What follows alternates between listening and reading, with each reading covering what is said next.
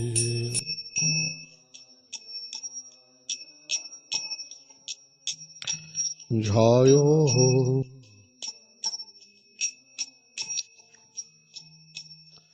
Jayo Lata Matava Jayo Kunchabi Ahali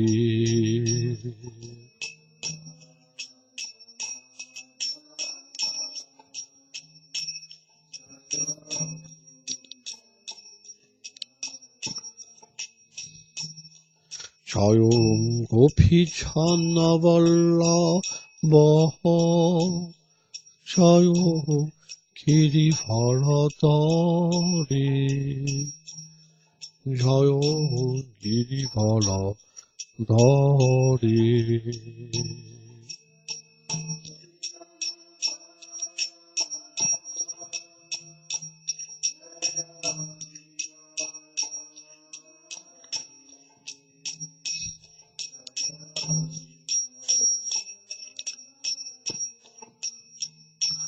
Jayo Yashodanam Danaha Jayo Brajajanaram Jahanam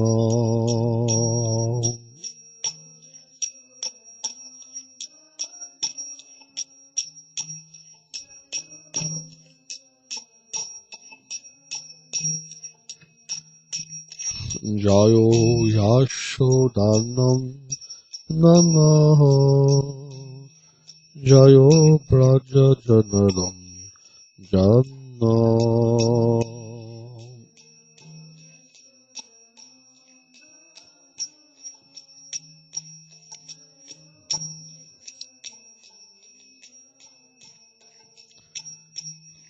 Jayo Yamunam Tiravanachari Jayo Kunjabihari Jayo Kunjabihari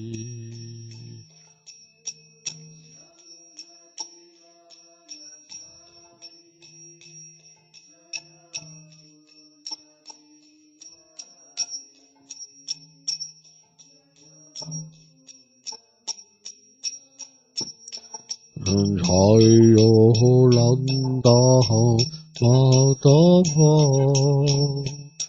Jayo Kunjaha Bihari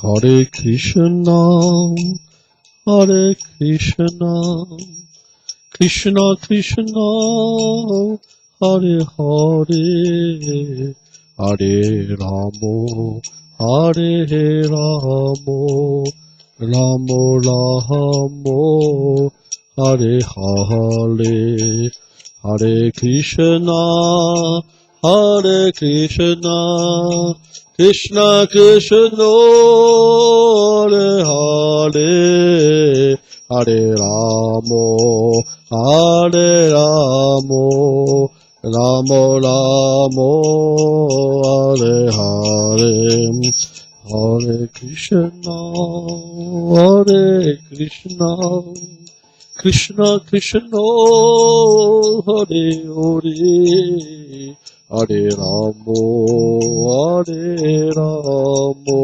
Ramo Ramo Hare Hare Hare Krishna Hare Krishna Krishna Krishna Hare Hare Hare Ramo Hare Ramo Ramo Ramo Hare Hare Hare Krishna Krishna Krishna Hare Hare Hare Ramo Hare Ramo Ramo Ramo Hare Hare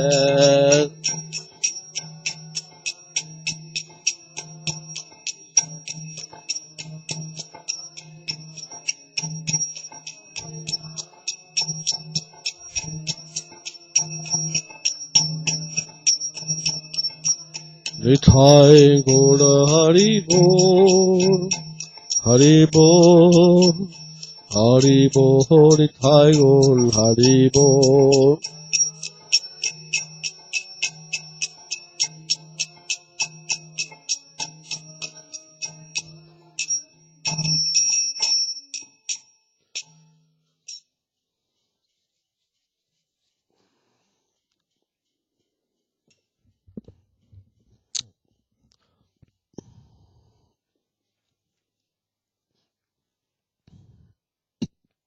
On va lire un verset Srimad Bhagavad Gita, chapitre 5, verset 10.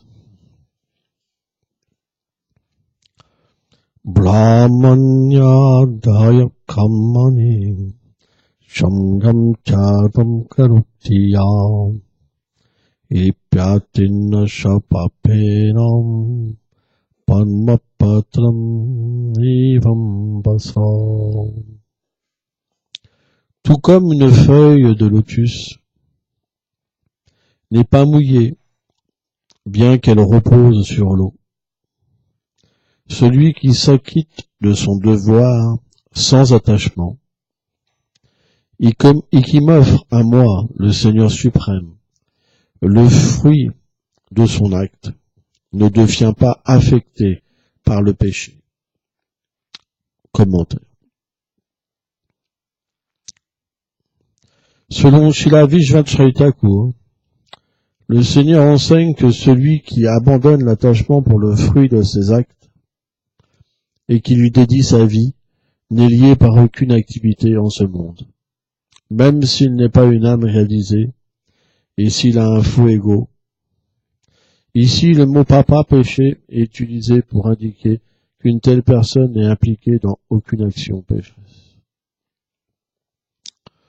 Oma Gyanati Milandasya Gyanam Jaram Shalakaya Shakshuru Meritam Jena Taisme Shigula Vinamam Namaum Vishnu Padaya Guranga Pristaya Rupi Shri Bhakti Vibhudaya Bhebhudite Namine Namaum Vishnu Padaya Krishna Pristaya Bhutale Shrimad Bhakti Pramodaya Puri Goswami Namine Namaum Vishnu Padaya Krishna Pristaya Bhutale Shrimate Bhakti Vedanta Swami Namine Namaum Vishnu Padaya Krishna Pristaya Bhutale Shrimate Bhakti Rashaka Shradhe Namine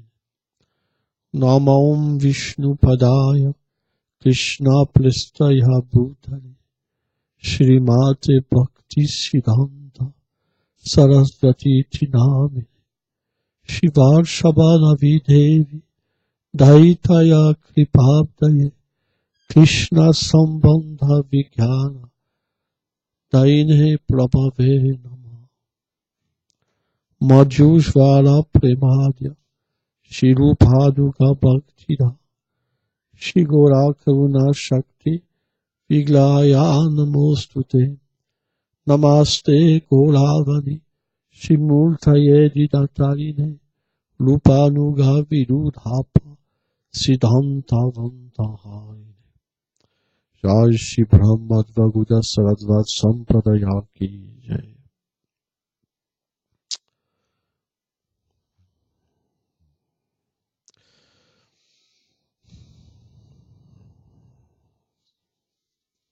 Parfois,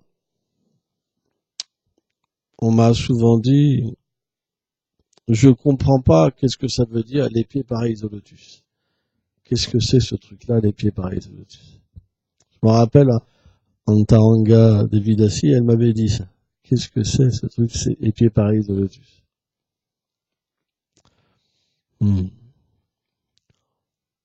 En fait, le Seigneur a différentes énergies.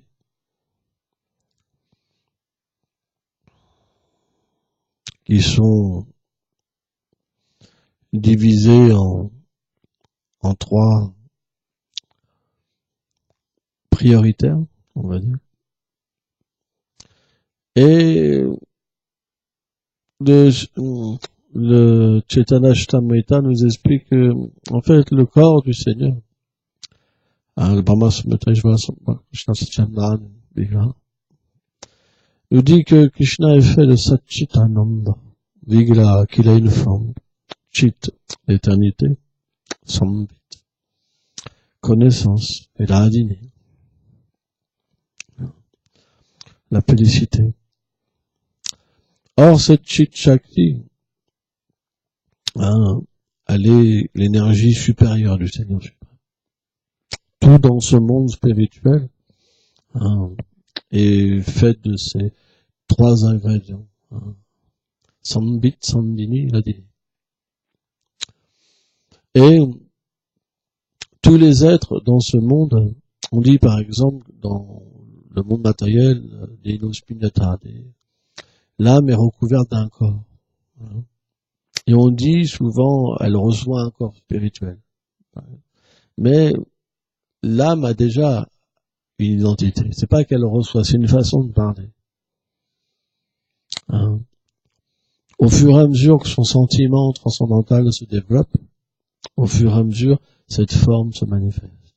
Parce que l'âme et son sentiment sont une. Il n'y a pas de différence entre le corps et l'âme. Ce que l'âme manifeste, éprouve, l'amour pour Dieu, elle prend une forme. C'est pour ça que Srila Bhaktivinoda Thakur explique que dans cet état immature de la dévotion, où elle n'est pas même connectée au Seigneur suprême à travers un pur dévot, elle manifeste pas la beauté, toute sa beauté, tout son corps, toute sa connaissance de son savoir sur le service du Seigneur suprême et surtout son amour. Et donc, naturellement, dans cette condition, l'âme, elle souffre, elle est perdue. Parce que c'est comme si on avait reçu, on voit par exemple, il y a des maladies, des gens, des fois, ils oublient qui ils sont. En fait, ils savent pas qui ils sont, mais ils oublient l'identification au corps qu'ils ont dans cette vie-là. Ils se rappellent plus de leurs parents, de leurs amis, plus rien. Ils oublient même leur nom. Et ben de la même manière, quand on vient dans ce monde, quand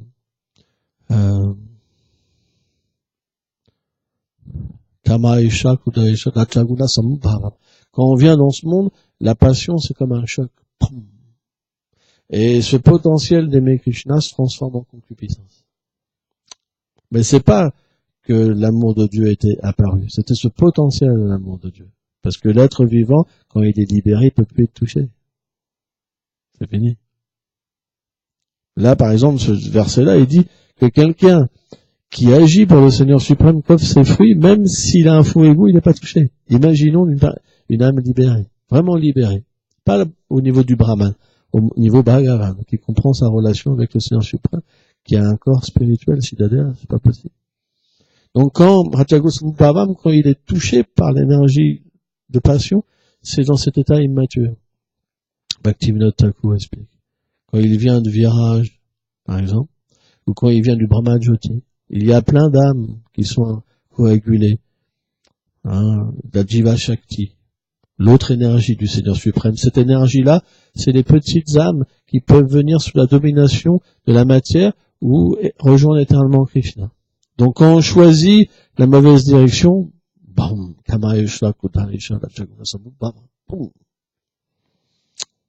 donc on manifeste une nature qui est différente. Et cette nature qui est différente, notre affection, elle va plus se diriger vers Krishna. Elle va se diriger sur les membres de notre famille, par exemple. Sur notre chien, sur notre chat. Et là, on fait quelque chose qui est complètement inversé. Et donc, on développe un attachement pour la matière. Parce que l'âme est faite pour être attachée au Seigneur suprême. Et naturellement, le Satchit Ananda, qui représente l'éternité de la connaissance et de la félicité, à ce moment-là, la matière, elle donne un effet différent. En fait, l'énergie matérielle externe du Seigneur donne un aspect différent. Elle est inversée. Ça veut dire que l'éternité de l'âme au contact de l'énergie matérielle, au contact de l'énergie matérielle, elle va nous faire croire qu'on est ce corps et qu'on est temporaire. Elle va nous faire croire que cet enfant qu'on a, c'est vraiment à moi. Ce mari, c'est vraiment à moi. Cette maison, elle est vraiment à moi. J'ai un devoir. C'est ma vie. Si je fais ça, je vais aller en enfer. Elle va nous faire croire ça. Donc elle va nous donner une connaissance qui est complètement inversée de notre nature. Et au lieu qu'on goûte l'amour de Dieu, on va goûter la concupiscence. On sera attiré par la concupiscence, par des rapports sexuels. On ne pourra pas s'en passer. On en veut, on travaille. Les gens méditent sur la vie sexuelle, méditent. Ça, c'est l'énergie matérielle. On pense à la vie sexuelle. Et quand on pense pas à la vie sexuelle grossière, on pense à pratishta, au pouvoir, à la position. Même les religieux, même quand on a abandonné la vie sexuelle, on pense encore au pouvoir. On est envieux de quelqu'un qui va être plus élevé que nous. On cherche à être adoré, on cherche à être écouté. On peut pas faire autrement. Parce que c'est l'énergie externe du Seigneur suprême qui nous force à être comme ça. On peut pas lutter. On est tout petit. Alors que l'énergie matérielle, Maya Dakshina Prakriti, elle est énorme. Énorme. Donc dans cette condition-là, on est complètement immergé dans un rêve. Immergé dans un rêve. Et c'est extrêmement difficile pour en sortir. Krishna dit, c'est pratiquement impossible. Pratiquement impossible.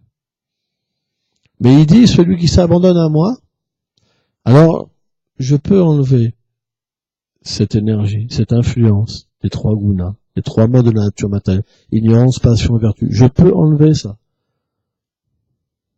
Le Seigneur explique, parce qu'elle est sous mon contrôle. Maya Dakshina Prakriti. Elle est sous mon contrôle. Donc je peux enlever ça. C'est intéressant. Donc, à quoi sert l'étude de la Bhagavad Gita? C'est de nous faire comprendre la position dans laquelle on est. C'est pas un mirage, la Bhagavad Gita. Soit on y croit, soit on n'y croit pas. Celui qui croit, il sort de cette situation-là. Celui qui ne croit pas, il y reste, de toute façon. Si vous y croyez à moitié, vous aurez un mixte. Mais en fait, la Bhagavad Gita, c'est une base pour comprendre la situation où on est. Et pour pouvoir désirer autrement, agir autrement. Donc à partir de là, Krishna, il dit, si tu es une âme conditionnée, c'est pas compliqué. Si tu m'as oublié, c'est pas compliqué. T'agis pour moi et tu m'offres tout. Au lieu de croire que ton enfance est le tien, bah, tu t'occupes de moi à travers toute ta famille. Mais de moi. Tu dois les voir comme mes dévots. Tu dois t'occuper d'eux pour me faire plaisir. Tu dois plus voir ta maison comme ta maison, mais comme ma demeure. À partir de là, tout se transforme. Et pourquoi on fait pas ça? C'est idiot. Pourquoi on se fait avoir tout le temps? On voit un membre de notre famille et on replonge dans l'ignorance. C'est mystique quand même. Parce que le membre de la famille, il a un problème, on oublie tout. Alors, on s'absorbe complètement dans l'illusion, et qu'est-ce qu'on a gagné? Est-ce qu'est-ce que la personne en face, elle a gagné? Rien, parce que comme on s'absorbe dans l'illusion, ça ne l'aide pas. Alors que si on était resté un Vaishnava transcendantal, et qu'on l'avait aidé par amour pour Krishna, alors elle aurait eu un gain éternel. Mais on n'a pas foi. Notre foi est tellement petite que quand on rencontre quelqu'un qu'on aime qui a un problème, on oublie tout. Les sadhus, le gourou, tout. On replonge dans une illusion. C'est tellement puissant l'énergie matérielle. C'est pour ça, on doit véritablement changer le cœur de notre vie. Notre problème, en premier, c'est une mauvaise compréhension de l'environnement. On a lu, mais pas avec le cœur. On a lu avec les yeux et avec un mental matériel, avec des désirs matériels. Donc on a lu d'une manière que ça nous arrangeait. Pas la Bhagavad Gita. Par exemple, Bhaktivedanta Aditya. On a fait une Bhagavad Gita telle que nous. Vous comprenez?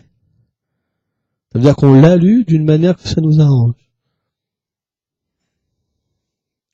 Mais, à quoi sert d'entendre sur la Bhagavad Gita?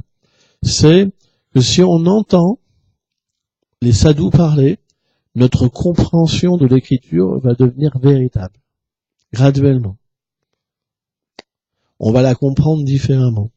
Et un jour, quand on va lire, elle va rentrer dans notre cœur. Et elle va nous donner une intelligence supérieure, Bodhi Yoga. Qu'est-ce que c'est l'intelligence supérieure? C'est quand notre mental nous fait croire que nous sommes ce corps et que nous devons abandonner notre devoir éternel pour aller vers un devoir temporaire, l'intelligence spirituelle va venir. Des charmes. Oh, qu'est-ce que tu fais? Tu vois pas que tu es en train de te faire avoir encore une fois? Tu veux rester dans cette condition-là? Et là, à partir de là, on pourra avoir le libre arbitre. Sans ça, on n'a pas le libre arbitre. En fait, la Bhagavad Gita, c'est Krishna lui-même. Si on a foi dans la Bhagavad Gita, Krishna dans notre cœur viendra nous aider. Krishna viendra nous aider. C'est sûr. Mais en premier, ça se passe déjà à un niveau inférieur. En même temps, c'est pas inférieur. Ça veut dire qu'on doit pouvoir rentrer en contact avec sa parole. Une fois qu'on rentre en contact avec sa parole et qu'on se dit ça c'est la vérité, automatiquement il y aura une bataille en nous. Parce que notre mental, il voudra pas qu'on fasse ça. Il voudra qu'on reste dans l'ignorance. Il voudra qu'on mange n'importe quoi. Parce par exemple, aller au boulanger, ça sent bon, je vais au boulanger. Si on en est juste à ce niveau-là, on est comme l'animal. C'est la réalité. Si on peut pas même dompter le mental et être forcé à manger des choses qu'on n'a pas le droit, que dire d'aller plus loin? Non, on doit déjà, par les Écritures, avoir foi dans les Écritures. Mon Gurudeva m'a dit ça, je fais pas ça. À partir de là, une fois qu'on commence à avoir cette austérité en nous et agir pour le plaisir du Guru et Krishna, ça veut dire suivre leurs instructions. Agir, c'est suivre les instructions. Automatiquement, le niveau d'après, c'est Krishna vient nous aider. Il essaye de me servir. Il essaye de servir mon dévot. Mon dévot m'a donné des instructions, il n'a jamais suivi. Moi, par exemple, j'aide des gens, je donne des instructions, les gens les suivent jamais.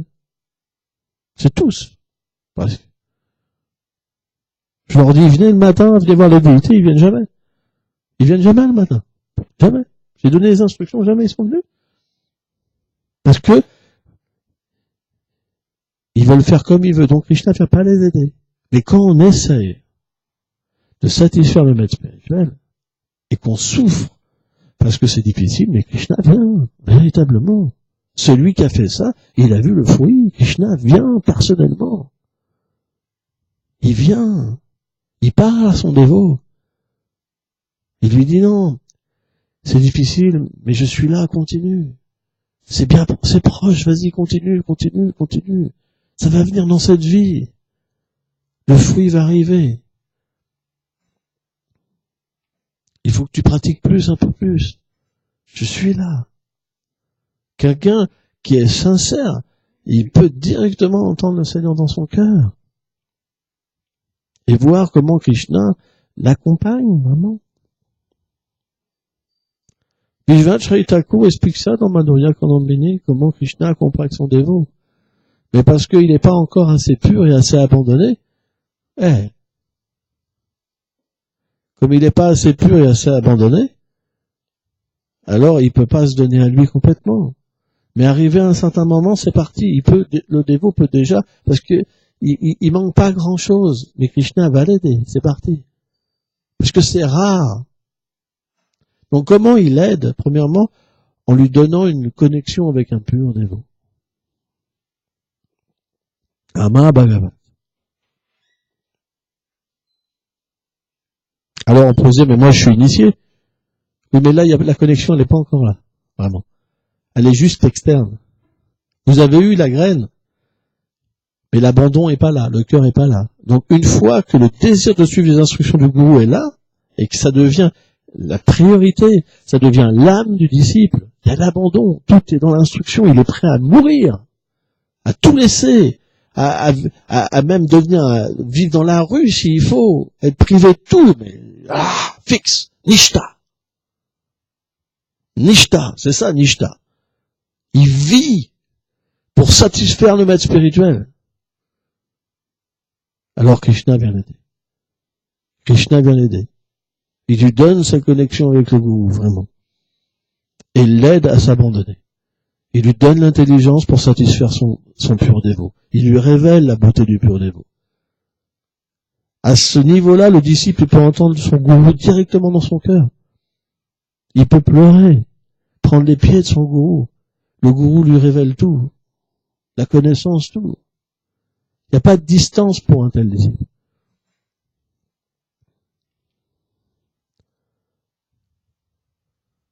Mais il y a l'abandon, il y a les pleurs. Oh Gurudev, je suis tellement déchu. Je suis si loin de toi. Je sais pas comment faire, Gurudev. Je suis dans un océan. C'est terrible ce qui se passe. Mes sens m'attractent. Ils me disent d'aller voir des femmes. Ils me disent de voir des films. Ils me disent de manger n'importe quelle nourriture. Je suis tellement faible. Quand on parle de toi, je suis envieux. En fait, c'est pas moi qui suis envieux, Gurudev. C'est ce qui me recouvre. J'ai quelque chose de terrible qui me recouvre. J'ai un corps subtil, un corps grossier qui m'identifie à la matière.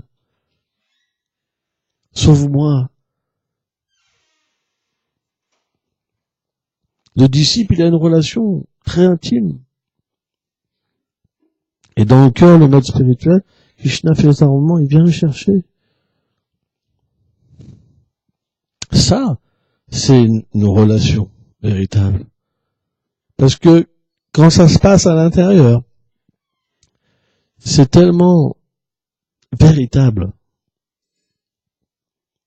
Et bien sûr, un disciple qui vit à ce niveau-là, quand il voit son gourou à l'extérieur, c'est la même chose. Mais à la base, pourquoi il y a cette réalisation? Pourquoi il y a cette proximité? Parce qu'il y a la foi dans les instructions. Et pourquoi il y a la foi dans le gourou? C'est parce qu'il y a la foi dans la Bhagavad Gita. Krishna a tout fait les arrangements.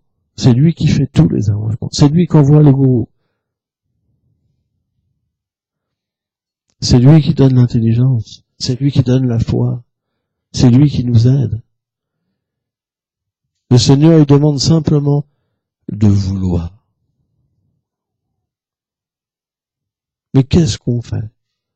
Un jour on veut, un jour on veut pas, un jour on veut, un jour on veut pas, un jour on veut. On souffre. On se ment à nous-mêmes. Comment on va aider les autres? Et après on veut aider les autres. On pense qu'on peut aider les autres, mais qu'est-ce qu'on peut aider? On peut même pas s'aider soi-même. Et en fait, quand on aide les autres, on oublie encore plus Krishna. Parce qu'on devient complètement illusionné dans une position où on pense qu'on a une position. C'est pour ça qu'il faut cette connexion. Vraiment. Pourquoi il faut cette connexion? Parce que quand on parlera, naturellement, on verra que le maître spirituel est présent dans notre cœur. Et on verra que c'est lui qui nous inspire. Vishvacharya Thakur, il explique une chose intéressante dans le commentaire du Bhagavatam. Il dit qu'en Narada Muni, il a reçu l'amour de Dieu. Ça s'est passé en plusieurs étapes. La première étape, c'est qu'il a pu rentrer en contact avec des sadhus et recevoir d'eux le mantra, l'initiation. La deuxième étape, c'est quand il a chanté ce mantra. Alors, Krishna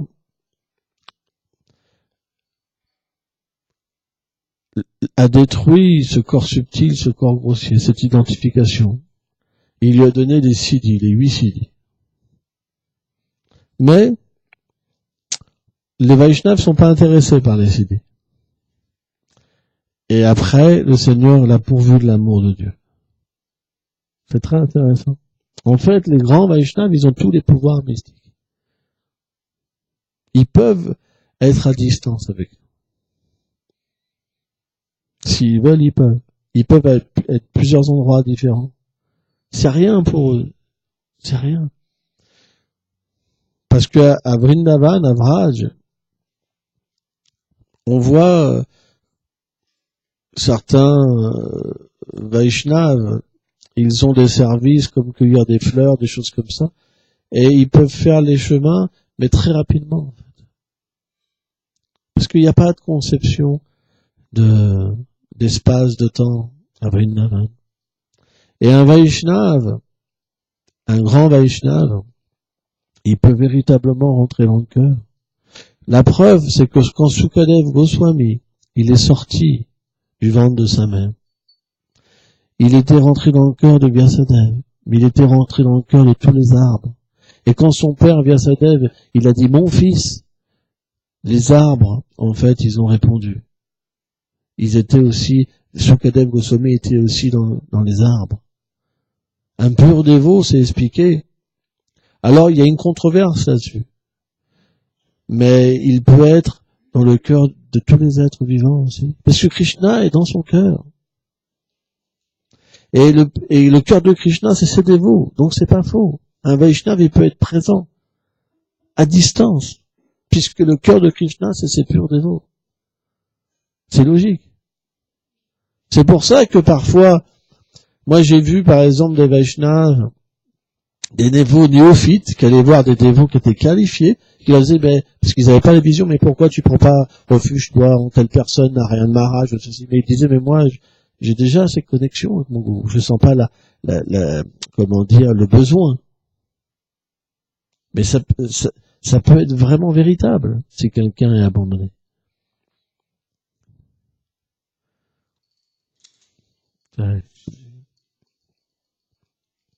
Alors bien sûr, des grands dévots comme Bhaktivedanta Swami Maharaj, ils nous ont fait voir qu'il faut prendre un Shiksha Guru, parce que lui-même avait pris refuge en Sridhar Maharaj. Pourtant, il était qualifié. On ne doit pas rester seul. C'est un principe. Parce que si on reste seul, les dévots néophytes, ils vont rester seuls. Ils vont suivre nos traces. C'est pour ça que des grands Vaishnavas ont fait voir qu'on doit prendre un Shiksha Guru. Parce que quand le gourou disparaît, si on n'est pas qualifié, alors on peut rencontrer beaucoup de problèmes en pensant que j'ai un gourou. En fait, le gourou est un. Qu'est-ce que c'est le principe du gourou chez gourou? C'est finalement que Krishna, dans le cœur, il se sert d'une personne pour prêcher, pour libérer les êtres vivants.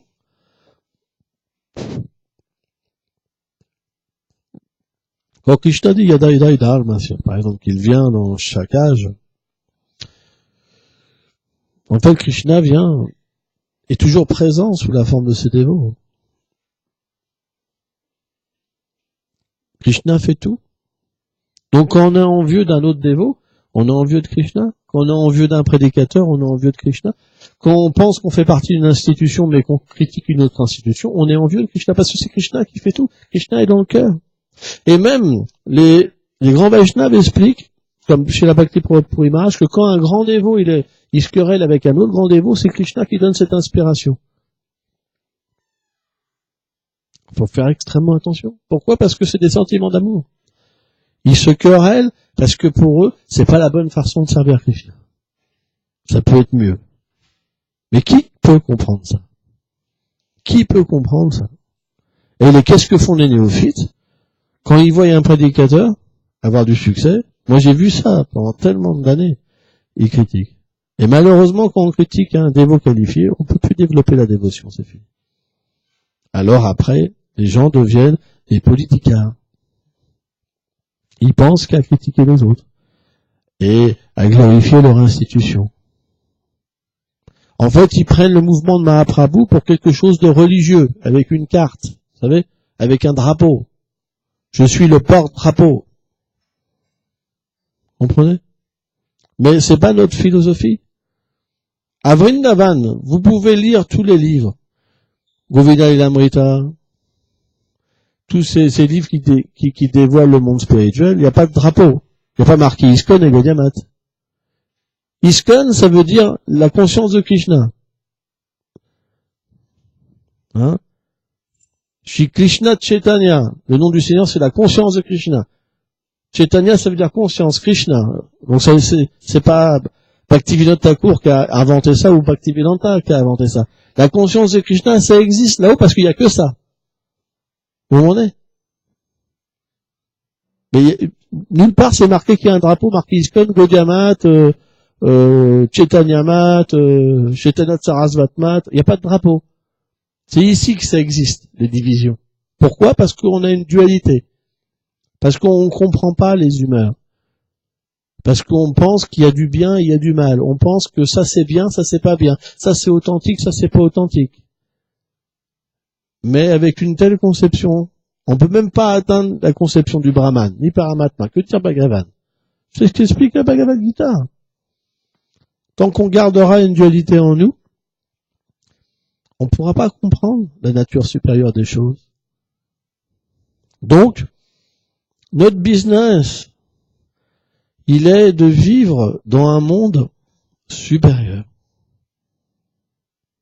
et de laisser tout le monde tranquille et de devenir intérieur, d'avoir une vie intérieure et comprendre que notre problème, il est là, dans notre cœur. Comment on a chanté ce matin?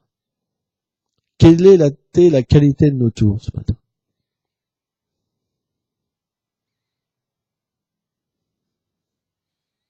On met des priorités dans notre vie. Est-ce qu'on a mis la priorité dans chanter sans offense? Combien de saints noms on a écoutés ce matin? On a pensé à quoi ce matin? Et on devrait se dire, mais pourquoi je pense à autre chose?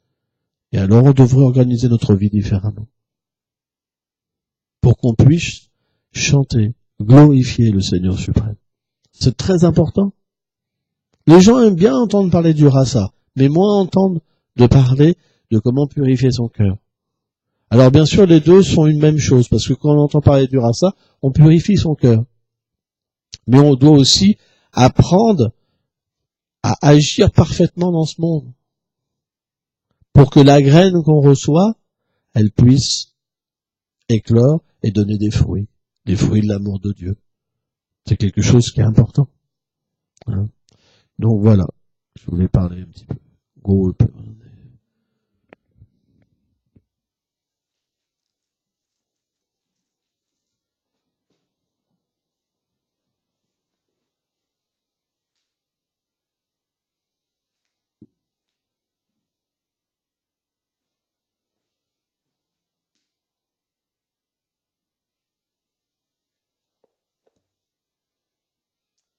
I'm very happy